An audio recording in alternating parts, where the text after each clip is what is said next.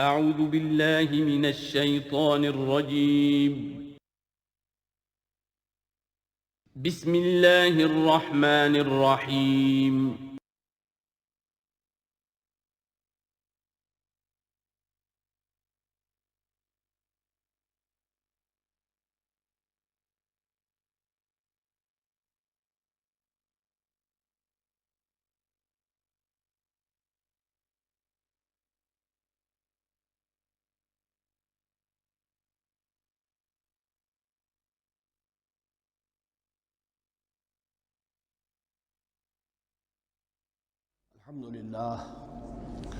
الحمد للہ وکفا والصلاة والسلام علی عبادہ الذین اصطفیٰ اما بعد فاعوذ باللہ من الشیطان الرجیم بسم اللہ الرحمن الرحیم وَإِذْ قَالَ رَبُّكَ لِلْمَلَائِكَةِ إِنِّي جَاعِلٌ فِي الْأَرْضِ خَلِيفَةً قالوا وتجعل فيها من يفسد فيها ويسفك الدماء ونحن نسبح بحمدك ونقدس لك قال إني أعلم ما لا تعلمون صدق الله العظيم رب اشرح لي صدري ويسر لي أمري واحلل عقدة من لساني يفقهوا قولي۔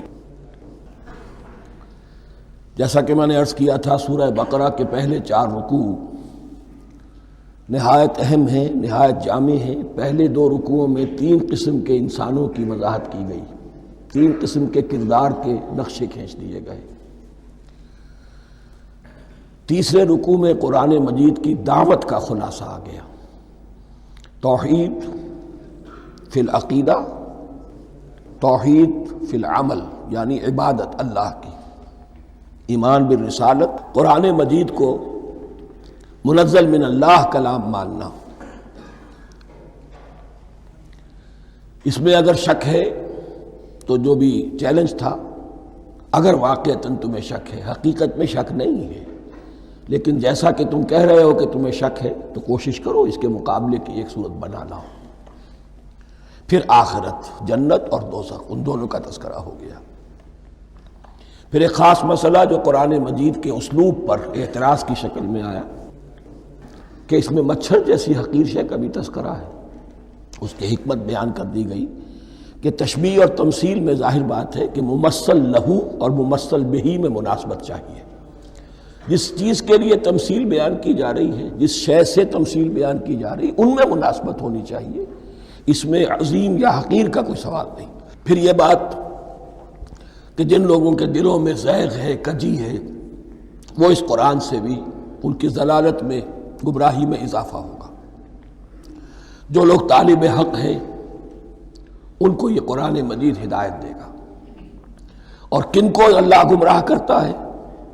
جو سرکش ہے، جو نمبر 1 اللہ سے جو عہد کر کے دنیا میں آئے تھے اس کی خلاف ورزی کر رہے ہیں اور صلہ رحمی کے بجائے قطع رحمی کرتے ہیں۔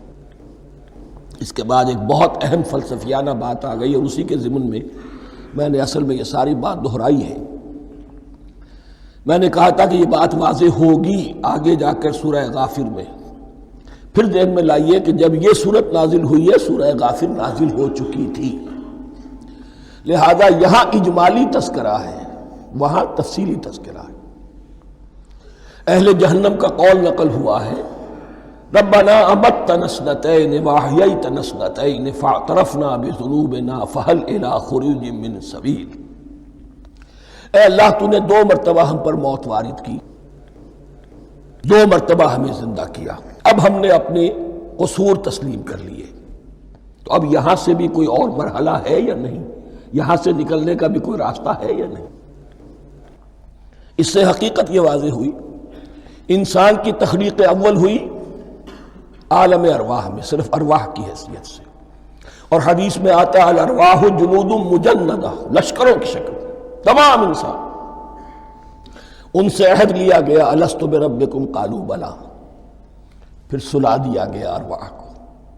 یہ گویا کہ پہلی موت تھی جو ہم گزار آئے۔ پھر عالم خلق کا مرحلہ آیا۔ عالم خلق میں یہ تناسل کے ذریعے سے رحم مادر میں جب ایک جنین تیار ہوتا ہے تو ایک حدیث ہے حضرت عبداللہ ابن مسعود سے 4 مہینے کا جب جنین ہو جاتا ہے تو اس کے بعد وہ روح لا کر اس میں پھونک دی جاتی ہے. یہ گویا کہ احیاء اولا ہو گیا، پہلی مرتبہ کا زندہ کیا جانا، پہلی موت کی نیند سے جگا دیا گیا.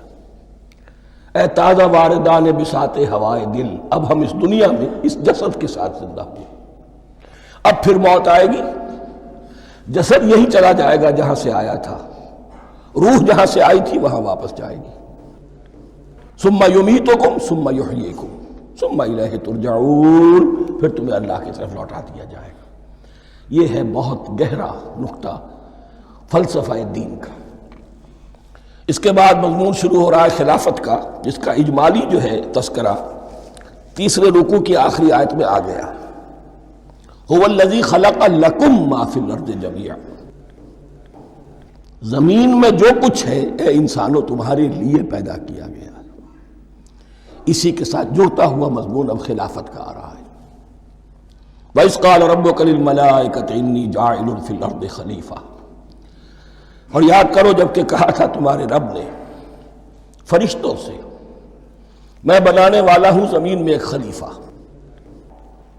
اب خلیفہ کی حقیقت کو سمجھیے. خلیفہ کسے کہتے ہیں؟ نائب. عام طور پر لوگوں کو مغالطہ ہوتا ہے کہ خلیفہ جانشین جو ہے وہ تو کسی کے موت کے بعد ہوتا ہے، زندگی میں تو نہیں ہوتا. لیکن یہاں اصل میں ہمارے لیے بہت آسان ہے. انسان کی جو اصل حقیقت ہے اس دنیا میں، اس کو سمجھنے کے لیے یوں سمجھیے کہ ہم آج سے 50 سال پہلے انگریز کے غلام تھے. ہمارا بادشاہ یا ملکہ انگلستان میں تھا یا تھی. دہلی میں وائس رائے ہوتا تھا. وائس رائے کا کام کیا ہے؟ جو حکم آیا ہے ہز میجسٹیز گورنمنٹ کا یا ہر میجسٹیز گورنمنٹ کا جو حکم آیا ہے بلا چون و چرا، بغیر کسی تغیر اور تبدل کے نافذ کرے. ہاں جہاں کوئی حکم وہاں سے نہیں ہے تو یہاں کے حالات میں بہترین اپنی رائے قائم کرے، غور و فکر کرے یہاں کی مصلحتیں کیا ہے. جو چیز بھی امپائر کی مصلحت میں ہو اس کے مطابق فیصلہ کر سکتا ہے. بین ہی یہی رشتہ ہے. اللہ ہے لیکن اللہ نے اپنے آپ کو غیب کے پردے میں چھپا لیا ہے. زمین پر انسان ہے. اب انسان کا کام یہ ہے جو ہدایت آ رہی ہے اللہ کی طرف سے اس پر تو بے چون و چرا عمل کرے. جہاں کوئی ایکسپریس ہدایت نہیں ہے، کوئی واضح ہدایت نہیں ہے، وہاں اپنے بیسٹ ججمنٹ کو ایکسرسائز کرے. اسی کا نام اجتہاد ہے. غور و فکر کرے، سوچے، اور جو بات روح دین کے زیادہ سے زیادہ مطابقت رکھنے والی ہو اس کو اختیار کر لے. بین ہی یہی رشتہ ہے در حقیقت رشتہ خلافت کہ جو اللہ اور انسان کے مابین ہے. اب یہ جو دی گئی ہے یہ حیثیت تمام انسانوں کو دی گئی ہے. پوٹینشلی ہر انسان اللہ کا خلیفہ ہے. لیکن جو اللہ کا باغی ہو جائے، جو خود حاکمیت کا مدعی ہو گیا، گویا کہ وہ باغی ہے. اب اگر شاہ جہان بادشاہ تھا، اس کا کوئی ولی عہد تھا، اور ولی عہد جو ہے صبر نہیں کر سکتا، اپنے باپ کی زندگی ہی میں بغاوت کر دیتا ہے، حکومت حاصل کرنا چاہتا ہے، تو اب وہ کیا ہے؟ واجب القتل ہے. جو لوگ بھی حاکمیت کے مدعی ہو گئے، ویسے تو حقیقت واجب القتل ہے لیکن دنیا میں مہلت دی ہے اللہ نے. یہ دارالامتحان ہے. فوراً قتل نہیں کرتا، فوراً ختم نہیں کرتا. وَلَوْلَا كَلِمَةٌ سَبَقَتْ مِن رَبِّكَ إِلَىٰ أَجَلٍ مُّسَمًّى لَقُضِيَ بَيْنَهُمْ، اگر یہ پہلے بات طے نہ ہو چکی ہوتی، ایک وقت معین تک کے لیے انہیں مہلت اللہ نے نہ دی ہوتی تو اللہ فیصلہ چکا دیتا. لیکن مہلت دی ہے. لیکن کم سے کم اتنی سزا ملتی ہے کہ اب وہ خلافت کے حق سے محروم کر دیے گئے. گویا کہ اب خلافت دنیا میں ہوگی خلافت المسلمین. صرف وہی شخص کہ جو اللہ کو مانے اپنا حاکم مطلق، وہ خلافت کا اہل ہے. تو یہ چند باتیں خلافت کی اصل حقیقت کے ضمن میں یہیں پر سمجھ لیجیے. وَإِذْ قَالَ رَبُّكَ لِلْمَلَائِكَةِ إِنِّي جَاعِلٌ فِي الْأَرْضِ خَلِيفَةً قَالُوا أَتَجْعَلُ فِيهَا مَن يُفْسِدُ فِيهَا وَيَسْفِكُ الدِّمَاءَ وَنَحْنُ نُسَبِّحُ بِحَمْدِكَ وَنُقَدِّسُ لَكَ. اور یاد کرو جب کہ تمہارے رب نے کہا تھا فرشتوں سے کہ میں زمین میں خلیفہ بنانے والا ہوں، تو انہوں نے کہا کہ کیا تو بنائے گا اس میں جو فساد مچائے گا اس میں اور خوریزی کرے گا؟ وَنَحْنُ نُسَبِّحُ بِحَمْدِكَ وَنُقَدِّسُ لَكَ، ہم آپ کی تسبیح اور تحمید اور آپ کی تقدیس میں لگے ہوئے ہیں۔ قَالَ إِنِّي أَعْلَمُ مَا لَا تَعْلَمُونَ، فرمایا میں جانتا ہوں جو تم نہیں جانتے۔ اب یہاں سوال پیدا ہوتا ہے کہ فرشتوں کو یہ گمان کیسے ہوا یا یہ خیال کیسے ہوا؟ دو رائے ہیں اس میں۔ ایک تو یہ کہ انسان کی تخلیق سے پہلے اس دنیا میں جنات تھے اور انہیں بھی کچھ اللہ نے تھوڑا سا اختیار دیا تھا اور انہوں نے یہاں فساد مچایا۔ انہی پر قیاس کرتے ہوئے فرشتوں نے سمجھا کہ انسان بھی پھر زمین میں فساد مچائے گا، خوریزی کرے گا۔ ایک دوسری اصولی بات یہ کہی گئی ہے کہ خلافت کا لفظ جب استعمال ہوا تو اس کے معنی ہے کہ کوئی نہ کوئی اختیار بھی ملے گا۔ جنات کے بارے میں خلافت کا لفظ کہیں نہیں آیا، انسان کے بارے میں آ رہا ہے۔ خلیفہ بالکل بے اختیار نہیں ہوتا، جیسا کہ میں نے عرض کیا، جہاں واضح حکم ہے تو اس کی تو تنفیذ، جہاں نہیں ہے وہاں اپنی رائے سے جتنا بھی بہتر سے بہتر سوچ سکتا ہو انسان رائے قائم کرے۔ یہ اختیار جو ہے، ظاہر بات ہے جہاں اختیار ہوگا صحیح استعمال ہونے کا بھی امکان ہے، غلط استعمال ہونے کا بھی امکان ہے۔ اختیار تو بلکہ یہ کہ آپ کا پولیٹیکل سائنس کا تو ایکزیم یہ ہے، authority turns to corrupt and absolute authority corrupts absolutely۔ تو ٹینڈنسی کرپشن کی ہوتی ہے اختیار کے اندر۔ اس بنا پر انہوں نے قیاس کیا کہ اس میں فساد ہوگا، خوریزی ہوگی۔ اللہ تعالیٰ نے فرمایا اپنی حکمتوں سے میں خود واقف ہوں، میں کیوں بنا رہا ہوں یہ میں جانتا ہوں، تم نہیں جانتے۔ وَعَلَّمَ آدَمَ الْأَسْمَاءَ كُلَّهَا، اور اللہ نے سکھا دیے آدم کو تمام کے تمام نام۔ اب اس میں بھی ایک رائے تو یہ ہے، بلکہ اس میں تقریباً اجماع ہے مفسرین کا، کہ اس سے مراد ہے تمام اشیاء کے نام، اور تمام اشیاء کے نام سے مراد ہے ان کی حقیقت کا علم۔ ہیومن نالج جو ہے اگر آپ اس کا تجزیہ کریں گے تو وہ یہی ہے کہ انسان ایک چیز کو پہچانتا ہے، پھر اس کے لیے ایک نام رکھتا ہے یا کوئی ٹرم اس کے لیے قائم کرتا ہے۔ اس نام یا ٹرم اور اس کے حوالے سے، اصطلاح کے حوالے سے بہت سے حقائق کو اپنے ذہن کے اندر محفوظ کرتا ہے۔ تو گویا کہ ان علمہ آدم الاسماء کلہا، تمام نام سکھا دیے کل مادی کائنات کے اندر جو کچھ وجود میں آنے والا تھا، ان سب کی حقیقت سے پوٹینشلی حضرت آدم کو آگاہ کر دیا۔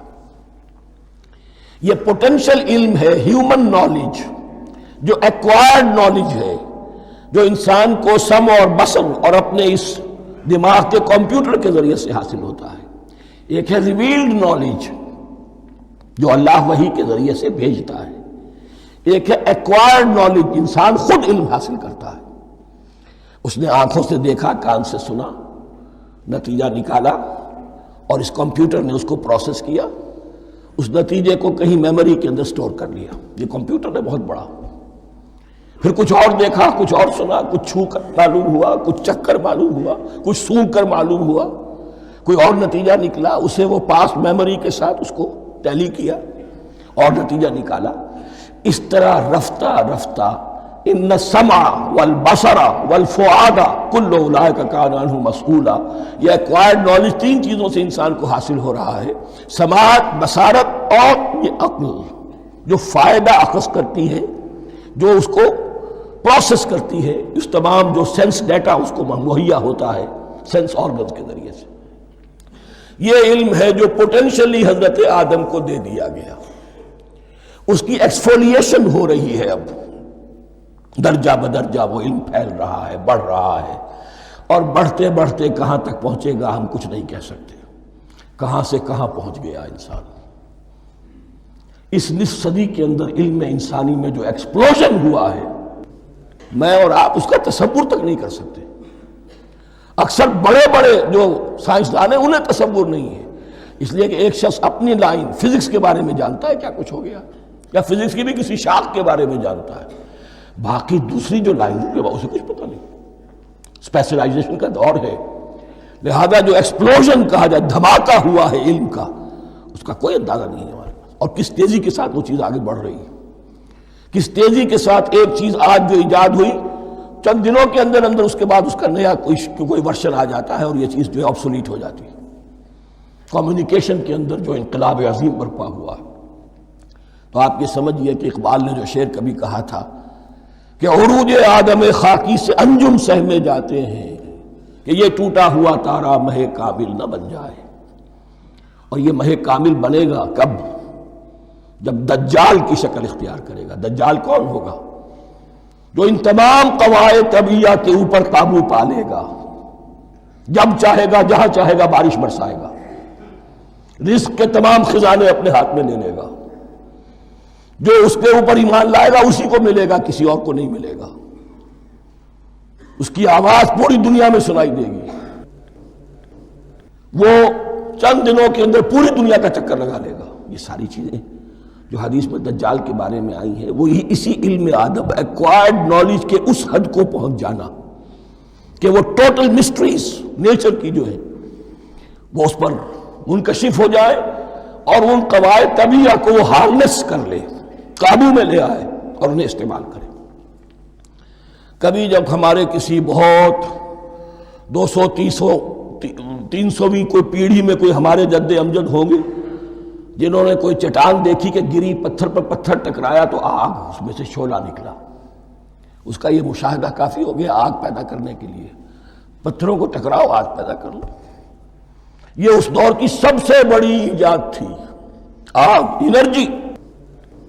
اب وہ انرجی کہاں سے کہاں پہنچی؟ وہ آگ نے بھاپ کی شکل اختیار کی، پھر ہم نے بجلی ایجاد کی، اور کب کیا ہے ایٹمک انرجی ہے اور نہ معلوم کیا کیا ہے، واللہ اعلم۔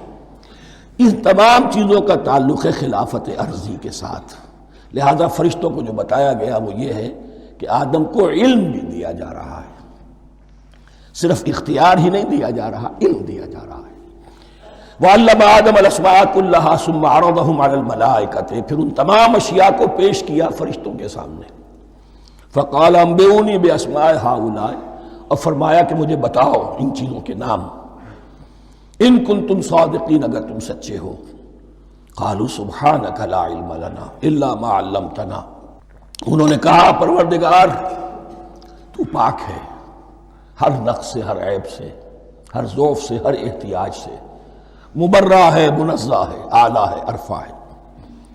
لا علم لنا الا ما علمتنا، ہمیں کوئی علم حاصل نہیں سوائے اس کے جو تو نے ہمیں سکھا دیا ہے۔ اس کی تعبیر یہی بہتر معلوم ہوتی ہے کہ ملائکہ کی حیثیت در حقیقت اس کائناتی جو حکومت ہے اللہ کی، آفاقی حکومت،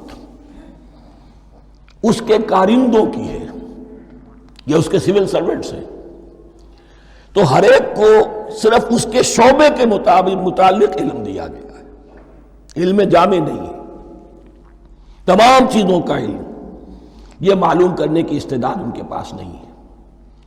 کوئی فرشتہ فرض کیجئے بارش کے اوپر مامور ہے، کوئی پہاڑوں پر مامور ہے، جس کا ذکر سیرت میں آتا ہے کہ جب طائف میں حضور پر پتھراؤ ہوا ہے تو اس کے بعد ایک فرشتہ حاضر ہوا ہے کہ میں ملک الجبال ہوں، اللہ نے مجھے پہاڑوں پر مامور کیا ہوا ہے، آپ اگر فرمائیں تو جن لوگوں نے آپ کو ستایا ہے، یہ جو طائف جن دو پہاڑوں کے درمیان یہ وادی ہے، ان کو آپس میں ٹکرا دو کہ یہ پس کر اور سرما بن جائے۔ آپ نے فرمایا نہیں، کیا عجب، اللہ تعالیٰ ان کی اگلی نسلوں کو ہدایت دے دے۔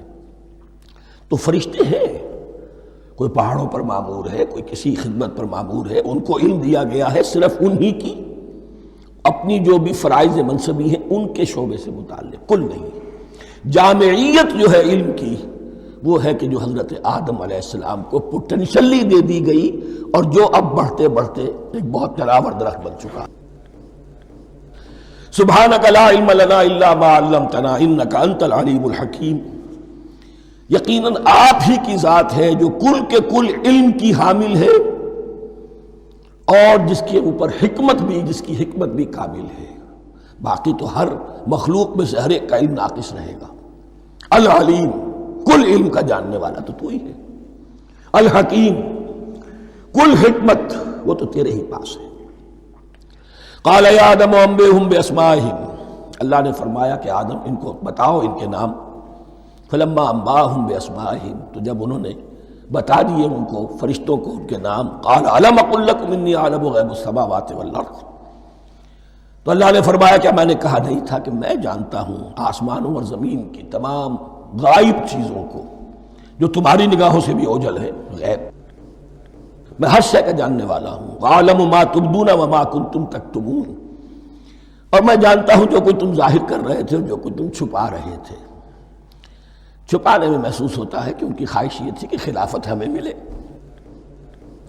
ہم خدام ادب ہیں، ہر وقت تسبیح و تحمید اور تقدیس میں مصروف ہیں، جو حکم ملتا ہے بجا لاتے ہیں. تو یہ خلافت کسی اور مخلوق کو کیوں ملے؟ یہاں صرف یہ اور بتا دوں کہ یہ چونکہ اب ایک تیسری مخلوق کا ذکر بھی بعد میں آئے گا. 3 صاحب تشخص مخلوقات ہیں اللہ کی. صاحب تشخص، صاحب شعور، جن میں میں کا شعور ہے. انا، میں. ایک ملائکہ ہے، ان کی تخلیق نور سے ہوئی ہے. ایک انسان ہے جن کی تخلیق گارے سے ہوئی ہے. ایک جنات ہیں جن کی تخلیق آگ سے ہوئی ہے. باقی حیوانات ہیں، ان میں شعور تو ہے، خود شعور ہی نہیں ہے. Self consciousness, there is a world of difference between consciousness and self consciousness.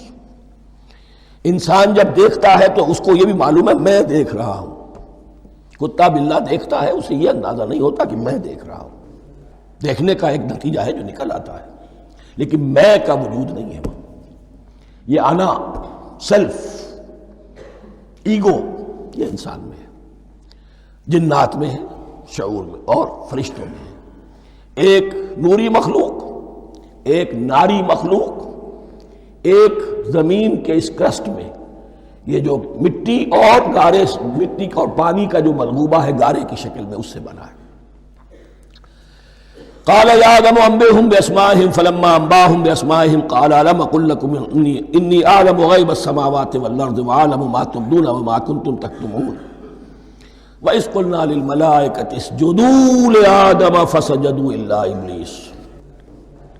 اور یاد کرو جب کہ ہم نے کہا فرشتوں سے سجدہ کرو سب کے سب آدم کو، جھک جاؤ آدم کے سامنے. فسجدوا، ان سب نے سجدہ کیا. الا ابلیس، سوائے ابلیس کے. پہلی بات تو یہ سمجھیے کہ تمام ملائکہ کے سجدے کی ضرورت کیا تھی؟ کیا یہ صرف تعظیماً تھا؟ اور تعظیماً اگر تھا تو کیا آدم خاکی کی تعظیم تھی یا کسی اور شے کی تعظیم تھی؟ مکی صورتوں میں یہ بات 2 جگہ واضح کی گئی ہے. فَإِذَا سَوَّيْتُهُ وَنَفَخْتُ فِيهِ مِن رُوحِي فَقَعُوا لَهُ سَاجِدِينَ. جب میں اس آدم کی تخلیق مکمل کر لوں اور اس میں اپنی روح میں سے پھونک دوں، تب گر پڑنا اس کے سامنے سجدے میں. تعظیم اگر ہے تو آدم خاکی کی نہیں ہے، اس کے اندر جو ڈیوائن ایلیمنٹ ہے، جو ڈیوائن سپارک ہے، جو روح ربانی ہے، میری روح، اس کی ہے. اور نمبر 2، اس کی حکمت کیا ہے، علت کیا ہے، غرض و غایت کیا ہے؟ جیسا کہ میں نے عرض کیا، اس کائنات کی اس حکومت کے کارندے تو وہ ہیں. خلیفہ بنایا جا رہا انسان کو، جب تک یہ ساری سول سروس اس کے تابع نہ ہو خلافت کیسے کرے گا؟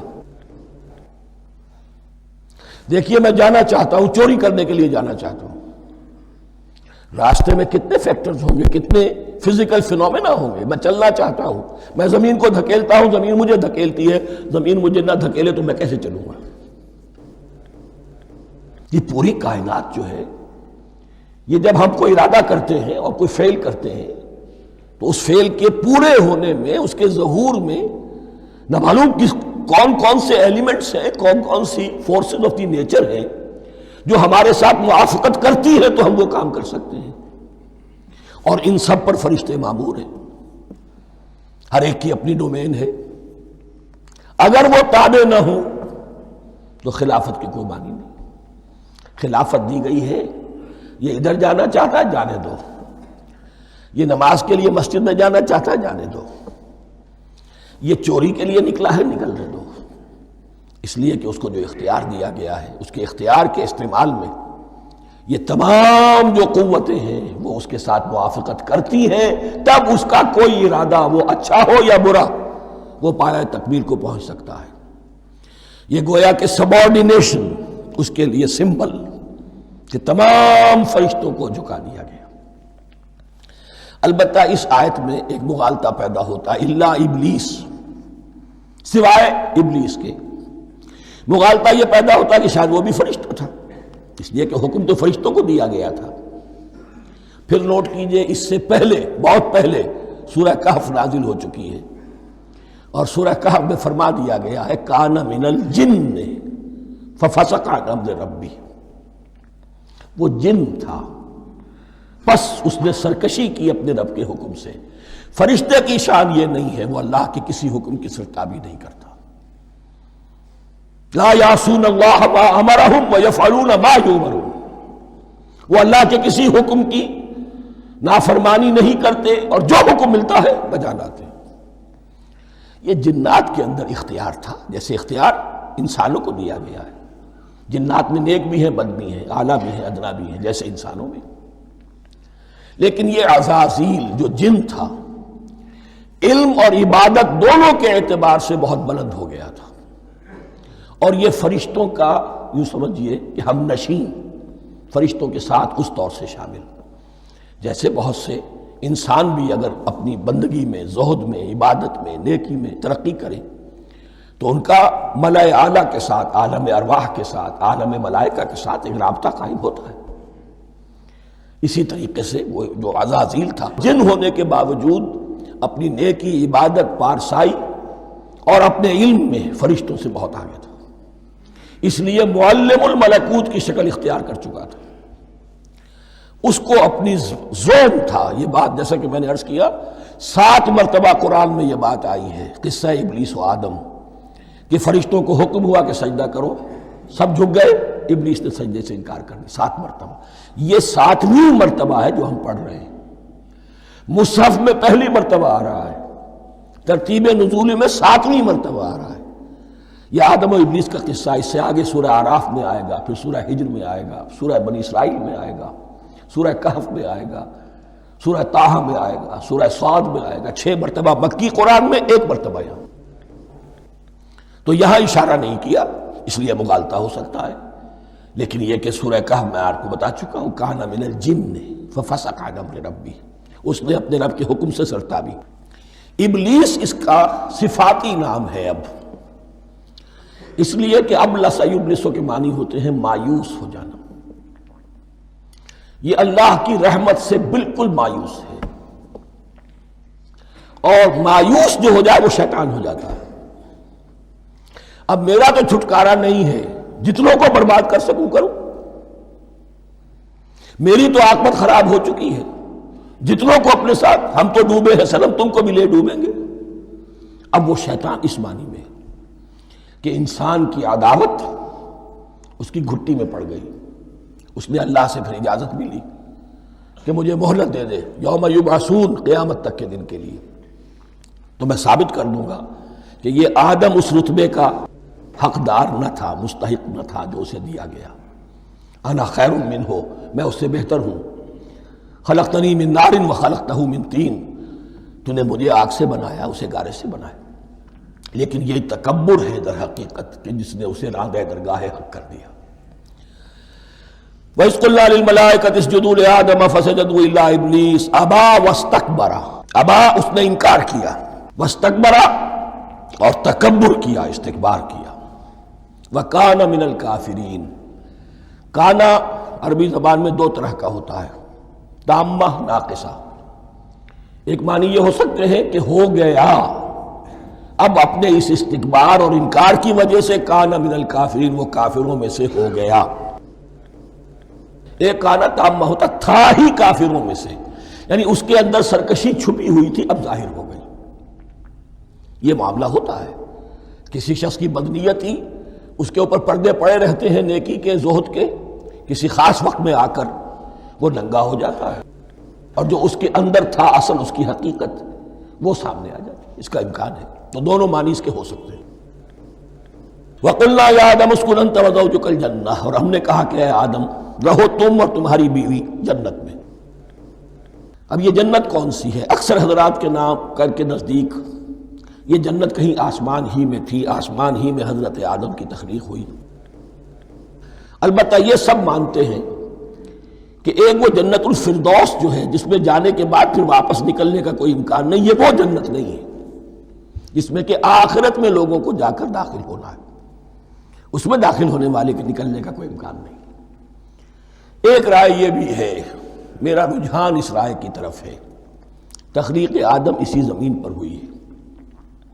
وہ جن مراحل سے گزری ہے تخلیق وہ ایک علیحدہ مسئلہ ہے۔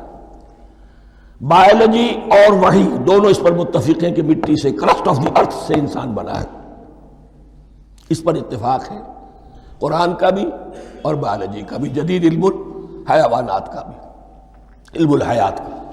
سٹیجز کیا ہیں اس میں اختلاف ہو سکتا ہے، اس کو چھوڑ دیجئے، وہ اس وقت کا بحث نہیں۔ یہی کسی اونچے مقام پر کوئی سرسبز و شاداب علاقہ تھا جہاں حضرت آدم کو رکھا گیا، جہاں ہر طرح کے میوے تھے، ہر شے، لا تظمأ فیہا ولا تضحیٰ، نہ اس میں بھوک لگے گی، نہ دھوپ تمہیں ستائے گی، ہر طرح کی چیز تمہیں فراہم ہے۔ وہاں رکھے گئے ہیں صرف ایک ڈیمانسٹریشن کے لیے کہ انہیں نظر آ جائے کہ شیطان میرا دشمن ہے، وہ مجھے ورغلائے گا، طرح طرح سے میرے اندر وسوسہ اندازی کرے گا، میرے اور میری اولاد کے، صرف ایک ڈیمانسٹریشن۔ اس کی مثال یوں سمجھیے کہ سلیکشن تو ہو گیا، سی ایس پی گریڈ میں کوئی شخص آ گیا ہے، لیکن اب وہ سول سروس اکیڈمی میں رکھا جا رہا ہے۔ تو یہ کوئی اکیڈمی ہو سکتا ہے اسی زمین پر ہو، صرف بتانا یہ تھا کہ تمہیں معلوم ہو جائے کہ یہ شیطان تمہارا دشمن ہے۔ اس لیے کہ اس میں جو ایک لفظ حبوط کا آ رہا ہے، وہ حبوط صرف ایک ہی معنی میں نہیں ہوتا، دوسری معنی میں بھی ہے۔ واللہ عالم، یہ چیزیں پھر متشابہات میں رہیں گی، اس لیے ان کے بارے میں کوئی ایک رائے دوسری رائے، اس کے لیے ذہن سے، عقل سے بات کر کے ایک یا دوسری رائے اختیار کر سکتے ہیں۔ وَقُلْنَا يَا آدَمُ اسْكُنْ أَنْتَ وَزَوْجُكَ الْجَنَّةَ، اور ہم نے کہا کہ رہو اے آدم، تم بھی اور تمہاری بیوی بھی باغ میں، اس باغ میں، الجنہ، اس باغ میں، گویا کہ اشارہ کیا جا رہا۔ وَكُلَا مِنْهَا رَغَدًا حَيْثُ شِئْتُمْ، اور کھاؤ اس میں سے با فراغت جہاں سے چاہو، ہر طرح کا پھل ہے کھاؤ۔ وَلَا تَقْرَبَا هَٰذِهِ الشَّجَرَةَ، یہاں پہ اس درخت کا نام نہیں دیا گیا، اشارہ، اس درخت کے قریب مت جانا۔ فَتَكُونَا مِنَ الظَّالِمِينَ، تو تم ظالموں میں سے ہو جاؤ گے، تم حد سے گزرنے والوں میں سے ہو جاؤ گے۔ اب اس کی بھی حکمت سمجھیے کہ چونکہ ڈیمانسٹریشن کرانی ہے کہ تمہیں کسی چیز سے، ہزار چیزیں مباح ہیں دنیا میں، چند چیزیں پینے کی حرام ہیں، اب تم اگر ان ہزار مباح چیزوں کو چھوڑ کر حرام چیز کو پیتے ہو تو یہ تمہارا اختیار ہوا، جبکہ اللہ تعالیٰ نے مباحات کا دائرہ بہت وسیع رکھا ہے۔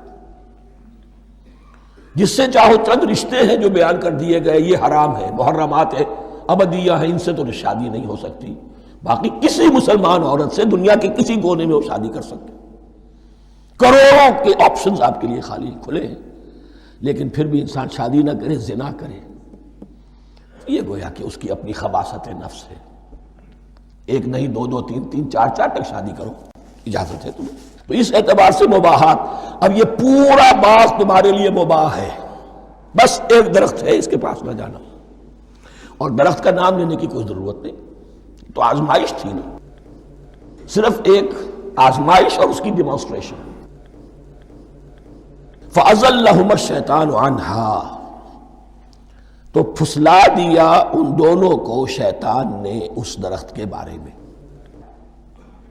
اب وہ کس کس طریقے سے پھسلایا، یہ بھی جیسا کہ میں نے عرض کیا 6 مرتبہ چونکہ یہ قصہ آ چکا ہے، اس کی آپ کو سورہ طٰہٰ میں تفصیل ملے گی، کس کس طریقے سے پھسلایا اور اس بات کے لیے تیار کیا۔ فَأَخْرَجَهُمَا مِمَّا كَانَا فِيهِ، تو نکلوا دیا ان دونوں کو اس کیفیت میں سے جس میں کہ وہ تھے، وہ کیفیت کہ نہ کوئی مشقت ہے، نہ کوئی محنت ہے، اور انسان کو ہر طرح کا اچھے سے اچھا پھل مل رہا ہے، تمام ضروریات فراہم ہیں، خاص کوئی حلۂ جنت ہے جس کا کہ لباس بھی عطا کیا گیا ہے، لیکن ان کیفیات سے اب نکال کر، اب جسے آپ کہیں گے بٹر فیکٹس آف لائف، اچھا اب جاؤ، یہ ڈیمانسٹریشن کرنی تھی، ہو گئی۔ شیطان تمہارا دشمن ہے، تمہارا اور تمہاری نسل کا، شیطان لعین، اور وہ تمہیں پھسلائے گا جیسے آج پھسلایا ہے۔ تم آگاہ رہنا اس کی شرارتوں سے۔ ان الشیطان لکم عدو فاتخذوہ عدوا، یہ شیطان تمہارا دشمن ہے، اسے اپنا دشمن ہی سمجھو۔ لیکن یہ ہے کہ اگر کچھ لوگ اسے دوست بنا لیں، اس کے ایجنٹ بن جائیں، اس کے کارندے بن جائیں، یہ ان کا چوائس ہے جس کی سزا انہیں ملے گی۔ فَأَخْرَجَهُمَا مِمَّا كَانَا فِيهِ وَقُلْنَا اهْبِطُوا بَعْضُكُمْ لِبَعْضٍ عَدُوٌّ، اور ہم نے کہا اترو، تم سب ایک دوسرے کے دشمن ہوگے۔ اب یہ چونکہ جمع کا صیغہ آیا ہے، ایک دوسرے کے دشمن ہوگے، تو ایک دشمنی تو شیطان اور آدم اور ذریت آدم کی ہے، ایک اور دشمنی بھی ہے جو انسان میں مرد اور عورت کے مابین ہے۔ عورت بھی پھسلاتی ہے، غلط راستے پر ڈالتی ہے، مرد عورتوں کو گمراہ کرتے ہیں، عورتیں مردوں کو گمراہ کرتی ہیں۔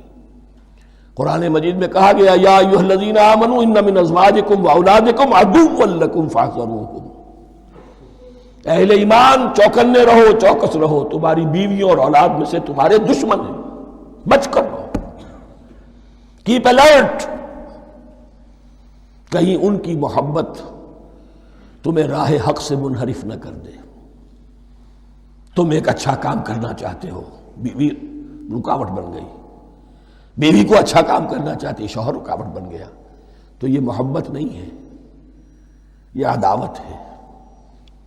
اس حوالے سے بعضکم لبعض عدو ولکم فی الارض مستقر ومتاع الی حین، اور تمہارے لیے اب زمین میں مستقر ہے، جائے قیام ہے، اور متاع ہے، ضرورت کی چیزیں ہیں، ہم نے فراہم کر دی ہیں، الی حین، لیکن ایک وقت معین تک کے لیے، یہ ابدی نہیں ہے، ایک وقت آئے گا یہ بساط ہم لپیٹ دیں گے۔ یوم نطوی السماء کطی السجل للکتب، جس دن کہ ہم تمام فضاؤں کو اور تمام خلاؤں کو، تمام آسمانوں کو اس طرح لپیٹ لیں گے جیسے کتابوں کا تمار لپیٹ لیا جاتا ہے۔ ایک وقت آئے گا، یہ تخلیق الی اجل مسمى ہے، الی حین ہے۔ فتلقى آدم من ربہ کلمات فتاب علیہ، تو سیکھ لیے، حاصل کر لیے آدم نے اپنے رب سے کچھ کلمات، تو اللہ نے ان کی توبہ قبول کر لی۔ اب اس کی وضاحت سورہ اعراف میں ہے، یہ تو چونکہ پس منظر میں وہ 2/3 قرآن موجود ہے، اس کی وضاحت کیا ہے کہ حضرت آدم میں سخت پشیمانی پیدا ہوئی ہے، میں نے کیا کیا، مجھ سے خطا سرزد ہو گئی، اللہ کے حکم کی میں نے خلاف ورزی کی، لیکن ان کے پاس الفاظ نہیں تھے کن الفاظ میں اللہ سے استغفار کریں، کن الفاظ میں اللہ سے معافی چاہیں۔ اللہ کی رحمت یہ ہوئی کہ اللہ نے الفاظ انہیں خود تلقین فرما دی۔ یہ اللہ کی شان رحیمی ہے۔ اصل شے جو ہے وہ انسان کے اندر گناہ پر ندامت کا پیدا ہو جانا ہے، یہ اصل توبہ ہے۔ علامہ اقبال نے جو بڑی اپنی آغاز عنفوان شباب میں جو اشعار کہے تھے، ان میں سے ایک شعر کو سن کر پھڑک اٹھے تھے اس وقت کے اساتذہ بھی۔ موتی سمجھ کے شان کریمی نے چن لیے، قطرے جو تھے میرے عرق انفعال کے، انفعال کہتے ہیں شرمندگی کو، شرمندگی سے میری پیشانی پر جو پسینے کے قطرے نمودار ہو گئے، میرے پروردگار کو وہ اتنے عزیز ہوئے، اس نے انہیں موتی کی طرح چن لیا۔ موتی سمجھ کے شان کریمی نے چن لیے، قطرے جو تھے میرے عرق انفعال کے، تو فتلقى آدم من ربہ کلمات، ان پر پچھتاوا ہوا، ندامت ہوئی، اللہ نے انہیں الفاظ، وہ الفاظ کیا تھے وہ سورہ اعراف میں ہیں، ربنا ظلمنا انفسنا وان لم تغفر لنا وترحمنا لنکونن من الخاسرین، اے اللہ ہم نے اپنی جانوں پر ظلم کیا ہے، اور اگر تو نے ہمیں بخش نہ دیا اور رحم نہ فرمایا تو ہم تو خسارہ والوں میں ہو جائیں گے، تباہ ہو جائیں گے، برباد ہو جائیں گے۔ یہی پر فوری تقابل موجود ہے۔ غلطی ابلیس سے بھی ہوئی، حکم سے سرتابی ہوئی، لیکن اس پر ندامت نہیں ہوئی، تکبر کی بنا پر اور اکڑ گیا، انا خیر منہ۔ غلطی آدم سے بھی ہوئی، نافرمانی ہوئی، لیکن اس پر پشیمان ہوئے اور توبہ کی۔ وہ شیطنت ہے، یہ آدمیت ہے، ورنہ کوئی انسان گناہ سے اور معصیت سے مبرہ نہیں ہے۔ حضور کی ایک حدیث ہے، کلو بنی آدم کلکم خطاؤون، کلو بنی آدم خطاؤون وخیر الخطائین التوابون۔ آدم کے تمام اولاد، تمام انسان خطا کار ہیں، ان خطا کاروں میں بہتر وہ ہیں، اچھے وہ ہیں جو توبہ کرتے ہیں۔ تو یہاں حضرت آدم سے غلطی ہوئی، انہوں نے توبہ کی، پشیمانی ہوئی، ندامت ہوئی، اس نے کی اور اس پر جم گیا، اصرار کیا۔ فتلقى آدم من ربه کلمات فتاب علیہ انہ هو التواب الرحیم۔ یقیناً وہی تو ہے بہت توبہ کو قبول فرمانے والا اور بہت رحم فرمانے والا۔ یہ نوٹ کیجئے گا، توبہ کا لفظ دونوں طرف سے آتا ہے، بندہ بھی تواب وخیر الخطائین التوابون، تواب بندے بھی ہو گئے، تواب اللہ بھی ہے۔ اس کی اصل حقیقت کیا ہے؟ بندے نے خطا کی اور دور ہو گیا اللہ سے، اللہ نے اپنی رحمت کی نگاہ اس سے پھیر لی۔ بندے نے توبہ کی، اللہ پھر اپنی رحمت کے ساتھ اس کی طرف متوجہ ہو گیا۔ توبہ کے معنی پلٹنا۔ بندہ معصیت سے توبہ کر کے اپنی اصلاح کی طرف، بندگی کی طرف، اطاعت کی طرف پلٹ آیا۔ اللہ نے جو اپنی نظر رحمت پھیر لی تھی، اللہ نے پھر وہی اپنی شان غفاری اور رحیمی کے ساتھ بندے کی طرف توجہ فرما لی، جس کے لیے حدیث میں الفاظ آتے ہیں، تم اگر میری طرف بالشت بھراؤ گے میں ہاتھ بھراؤں گا، تم اگر چل کر آؤ گے میں دوڑ کر آؤں گا،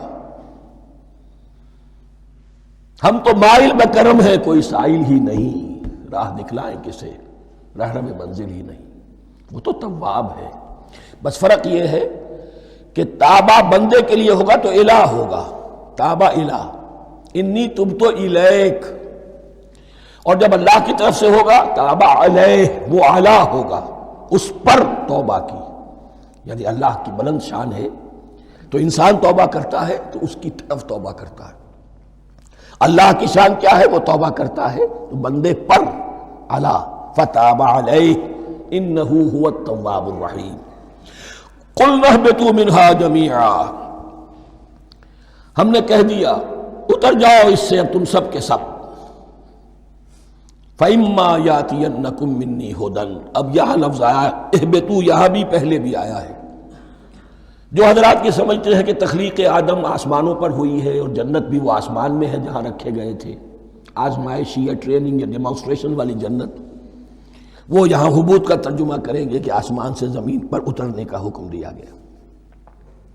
جو لوگ سمجھتے ہیں یہی کسی بلند مقام پر تھے، وہ کہتے ہیں کہ نیچے اترو، کسی بڑی اونچی سطح مرتفع پر اگر کوئی جگہ تھی تو اب نیچے اترو اور جاؤ، اب تمہیں زمین میں ہل چلانا پڑے گا، اب روٹی حاصل کرنے کے لیے یہ جو نعمتوں کے دسترخوان یہاں بچھے ہوئے تھے یہ اب تمہارے لیے نہیں ہے۔ اس کے لیے اس معنی میں اس لفظ کا استعمال جو ہے وہ آ جائے گا آگے چل کر اسی سورہ بقرہ کے اندر، کہ اس معنی میں بھی سورہ بقرہ کے 7ویں رکوع میں یہ لفظ استعمال ہوا ہے، تو امکان اس کا بھی ہے۔ بس اس سے آگے ادھر یا ادھر کی زیادہ بحث کرنے کا یہ موقع دورہ ترجمہ قرآن میں نہیں ہے۔ قُلْ اهْبِطُوا مِنْهَا جَمِيعًا فَإِمَّا يَأْتِيَنَّكُم مِّنِّي هُدًى فَمَن تَبِعَ هُدَايَ فَلَا خَوْفٌ عَلَيْهِمْ وَلَا هُمْ يَحْزَنُونَ، تو جب بھی آئے گی تمہارے پاس میری جانب سے کوئی ہدایت، تو جو کوئی میری ہدایت کی پیروی کرے گا اس کے لیے نہ خوف ہوگا اور نہ وہ حزن سے دوچار ہوگے۔ یہ ہے علم انسانی کا دوسرا گوشہ، ریویلڈ نالج۔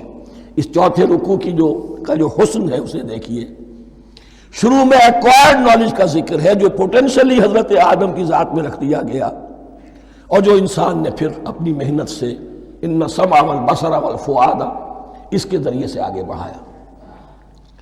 یہ علم ہے چل رہا ہے، آج مغربی اقوام ہم سے بہت آگے ہیں، کبھی ایک زمانے میں مسلمان آگے نکل گئے تھے، لیکن ظاہر بات ہے کہ اس دنیا میں عروج تو انہی کو ہوگا جو ان چیزوں میں سب سے زیادہ جس کی آگہی حاصل ہوگی۔ البتہ ایک علم وہ ہے جو آسمان سے نازل ہوتا ہے، یہ گیون ہے، ریویلڈ نالج ہے، یہ وحی ہے۔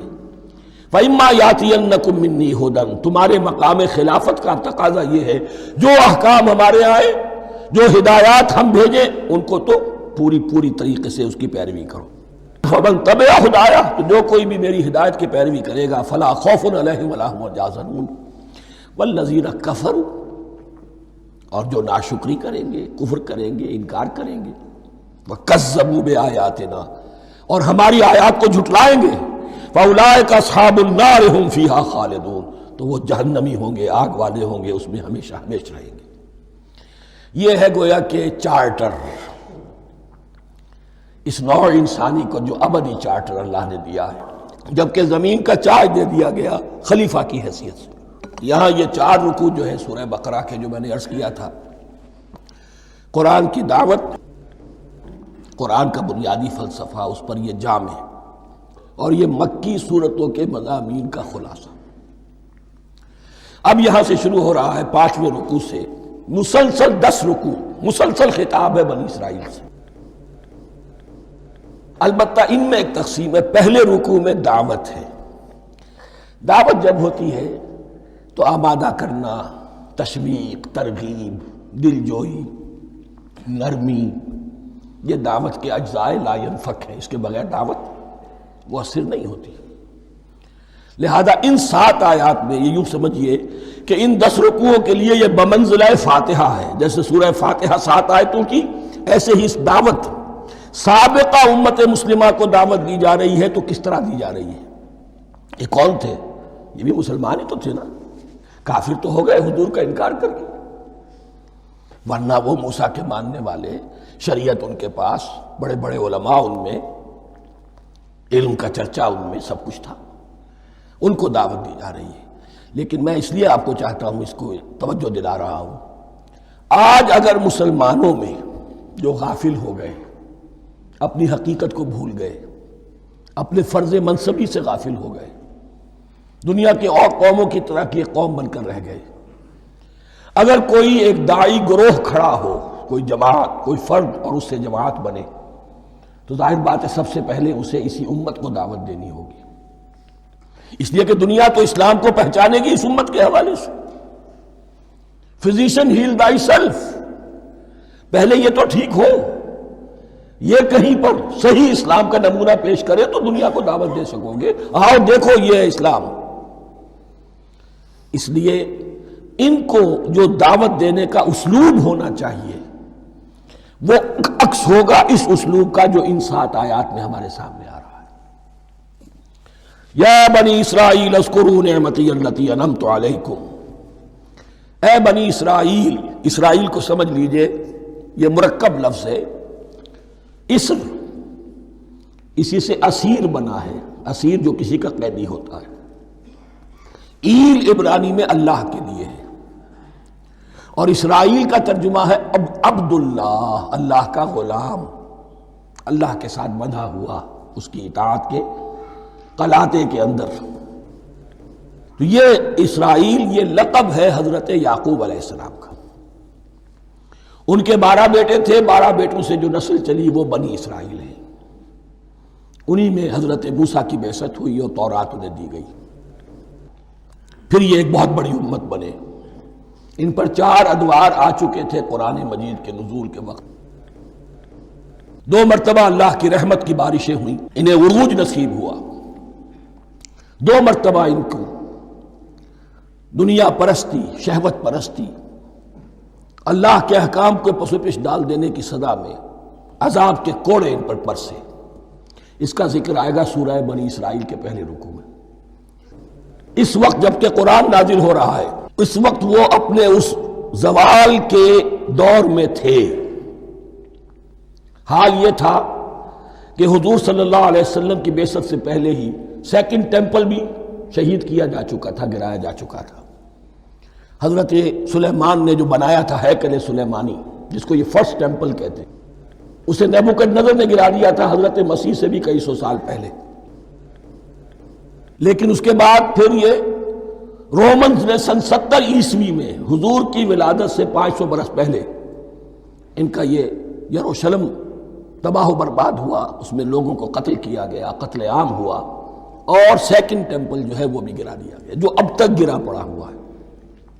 صرف ایک ویلنگ وال ہے جس کے پاس جا کر یہودی جو ہے ماتم کر لیتے ہیں، روتے ہیں، اور اب وہ بنانے پر تلے ہوئے ہیں اپنا تھرڈ ٹیمپل، اس کے نقشے بن چکے ہیں، بلو پرنٹ بن چکے ہیں۔ لیکن بہرحال جس وقت قرآن نازل ہو رہا تھا یہ بہت ہی پستی میں تھے۔ اس کے بارے میں فرمایا، اے بنی اسرائیل ذرا یاد کرو میرے اس انعام کو جو تم پر ہوا۔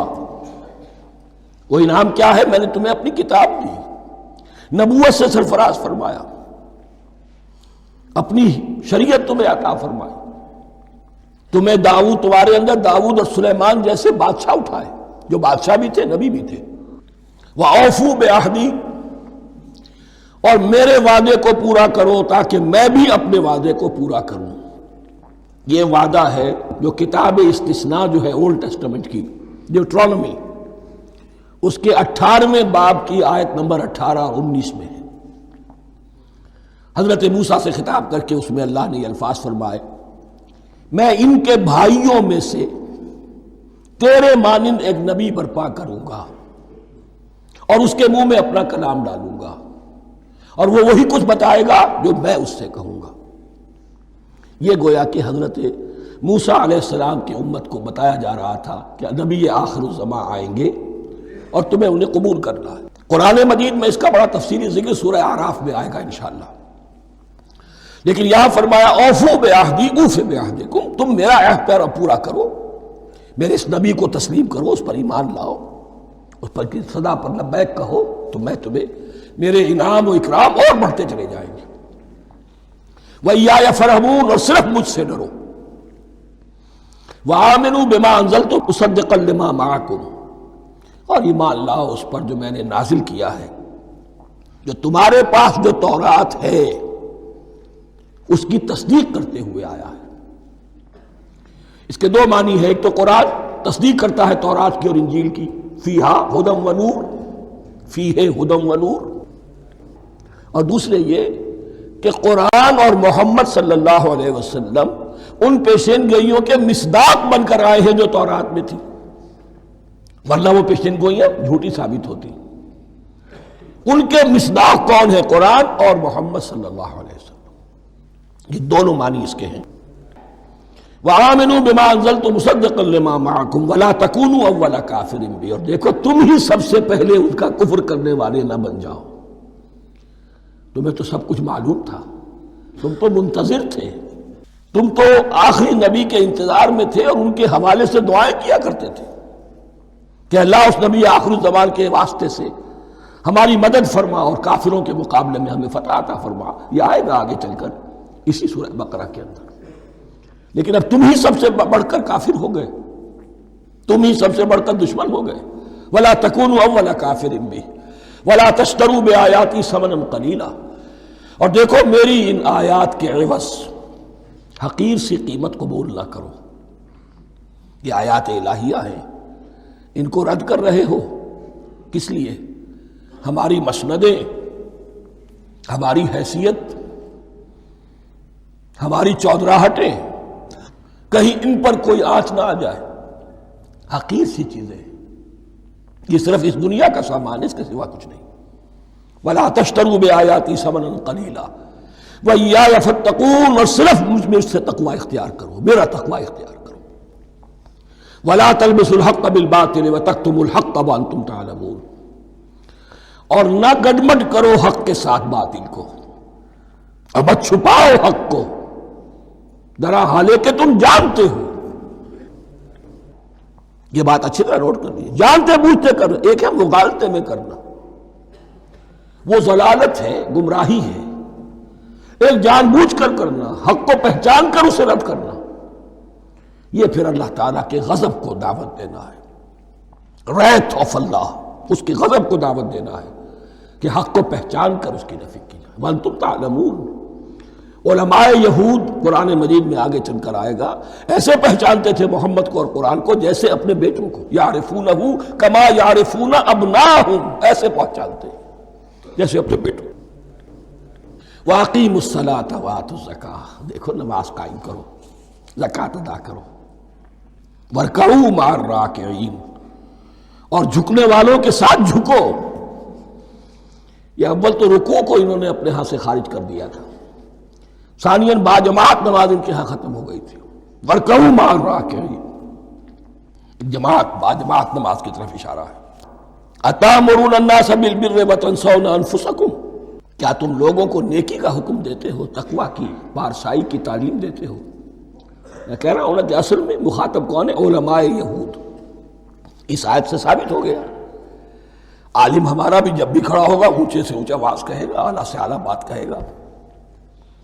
اکثر و بیشتر کا حال یہ ہے کہ ان کا اپنا کردار دیکھیے تو کوئی مناسبت ہی نہیں اس سے کہ جو وہ بات کہہ رہا ہے، جو لوگوں کو دعوت دے رہا ہے اس پر خود عمل نہیں۔ تو یہی در حقیقت علماء یہود کا کردار بن چکا تھا۔ أَتَأْمُرُونَ النَّاسَ بِالْبِرِّ وَتَنْسَوْنَ أَنفُسَكُمْ، کیا تم لوگوں کو نیکی کا حکم دیتے ہو اور خود اپنے آپ کو بھول جاتے ہو؟ وَأَنْتُمْ تَتْلُونَ الْكِتَابَ، اور یہ سب کچھ تم کر رہے ہو اس حال میں کہ کتاب پڑھتے بھی ہو، تورات پڑھتے ہو، صاحب تورات ہو۔ ہمارے بھی بہت سے علماء کا علماء سو جنہیں ہم کہتے ہیں حال یہ ہو چکا ہے، خود بدلتے نہیں قرآن کو بدل دیتے ہیں، ہوئے کس درجہ فقیہان حکم بے توفیق۔ جو صورتحال ہے صرف قرآن کا متن بچا ہوا ہے، اس کے مفہوم میں، اس کی تفسیر میں، اس کے ترجمے میں تو تحریفیں موجود ہیں، بڑی بڑی تحریفیں موجود ہیں، متن بچا ہوا ہے، وہ اس لیے کہ اللہ تعالیٰ نے اس کی حفاظت کا ذمہ لیا ہے۔ وَاسْتَعِینُوا بِالصَّبْرِ وَالصَّلَاةِ، اور مدد حاصل کرو دو چیزوں سے، صبر اور نماز۔ یہ صبر کا لفظ یہاں پر بہت قیمتی ہے، بہت بامانی ہے۔ علماء سو کیوں وجود میں آتے ہیں؟ جب وہ دنیا کے کتے بن جائیں گے تو وہ دین کو بدنام کرنے والے ہوں گے۔ بظاہر دینی مناسب ہیں لیکن اصل میں ان کے پردے میں دنیا داری کی جا رہی ہے، صبر نہیں۔ بس صبر کے ساتھ اور نماز کے ساتھ، اس لیے کہ آپ صحیح راستے پر آئیں گے۔ اگر کوئی عالم دین لوگوں پر تنقید کرے گا، لولا ینہاہم الربانیون والاحبار، کیوں نہیں روکتے ان کے علماء اور ان کے اولیاء اور صوفیاء ان کو حرام کھانے سے اور جھوٹ بولنے سے؟ اگر کوئی شخص روکے گا اس کو پھر نذرانے تو نہیں ملیں گی، اس کی خدمتیں تو نہیں ہوں گی۔ اگر تو دنیا میں صبر اختیار کرنا ہے تب تو آپ حق بات کہہ سکتے ہیں، اور اگر دنیاوی ایمبیشنز ہیں تو پھر آپ کو کہیں نہ کہیں کمپرومائز کرنا پڑے گا۔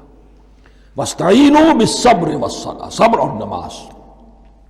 وَإِنَّهَا لَكَبِیرَةٌ، اور یقیناً یہ بہت بھاری شے ہے، بہت بھاری شے ہے۔ عام طور پر خیال یہ ہے کہ انہا کی ضمیر صرف صلاۃ کی طرف جاتی ہے، نماز بہت بھاری ہے۔ ایک رائے یہ ہے کہ نہیں، یہ پورے طرز عمل کی طرف جا رہی ہے۔ یہ طرز عمل کہ خود صبر کرو، اس دنیا میں صبر کرو، دنیا اور دنیا کے متعلقات میں کم سے کم پر قانع ہو جاؤ، اور حق کا بول بالا کرنے کے لیے میدان میں آ جاؤ، یہ طرز عمل۔ اور اس میں پھر نماز، الصلاۃ عماد الدین۔ وَإِنَّهَا لَكَبِيرَةٌ إِلَّا عَلَى الْخَاشِعِينَ، یہ یقیناً بہت بھاری چیز ہے، یہ روش، یہ رویہ بھی بہت بھاری اور نماز بھی بہت بھاری ہے، سوائے ان خشوع رکھنے والوں کے، ڈرنے والوں کے، جن کے دل جھک گئے ہیں اللہ کے سامنے۔ الذین یظنون انہم ملاقو ربہم، جنہیں یہ یقین ہے کہ انہیں اپنے رب سے ملاقات کرنی ہے، جیسا کہ میں نے شروع میں توجہ دلائی تھی، وبالآخرۃ ہم یوقنون، یہ ایمان بالآخرت ہے جو انسان کو سیدھا رکھتا ہے عمل کے میدان میں۔ الذین یظنون انہم ملاقو ربہم وانہم الیہ راجعون، اور جنہیں یہ یقین ہے کہ بالآخر اسی کی طرف ہمیں لوٹنا ہے۔ بارک اللہ لی ولکم فی القرآن العظیم ونفعنی وإیاکم بالآیات والذکر۔